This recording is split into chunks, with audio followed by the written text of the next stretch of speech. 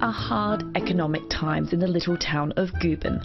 Since German reunification and the collapse of the textile and hat-making industries here, unemployment has hovered around 20%, almost 4 times the national average, and the population in the last quarter century has almost halved. What this place needs is an economic saviour. So what better than to become the headquarters of a global tourism phenomenon, one as fascinating as it is macabre.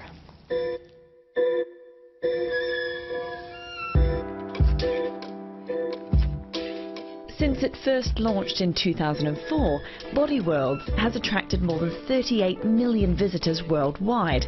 Crowds pay handsomely to see preserved human and animal bodies artfully displayed, with exposed bones, muscles and arteries, or thinly sliced into cross-sections. But it's at this old factory that Body Worlds has made its home. This is where many of the bodies, all freely donated of course, undergo the process of plastination. That's where fat and water are removed and replaced with silicone so the bodies can be preserved indefinitely. The Plastinarium, as it's known, has provided 60 full-time jobs and is now among Guben's biggest employers. For tourists, this place offers an utterly unique attraction. Not only can they wander through a permanent exhibition, but they can see teams at work in the dissection room. And those with strong stomachs can, believe it or not, take up a scalpel and join in. We're glad to be wearing this. I think this is a good idea. Some visitors are more enthusiastic than others, it must be said. The doctor shows me how to remove connective tissues to reveal muscle fibres, which will eventually be displayed. It's a very strange and disquieting experience, and I'm mainly trying to keep my hands from shaking. What's interesting to me is that tourists actually are able to come and participate in this. People are getting excited.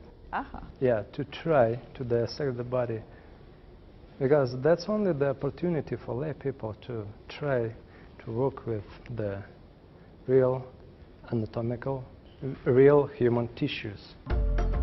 For me, this raises questions about the ethics of allowing tourists to get so hands-on in this process.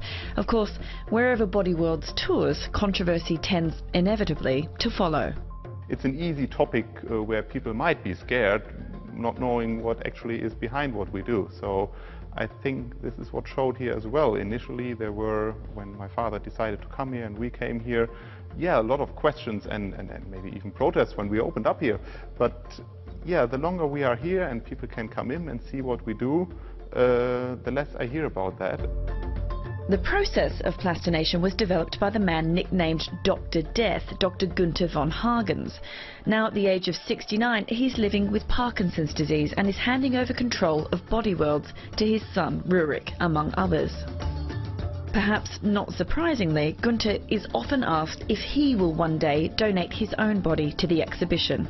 Of course, I will be donating my body. I already did so many years ago, and I think my whole personal life is dependent on body donation. So it's a matter of course that I give my body in, but in order to make this place here more popular, I will be named.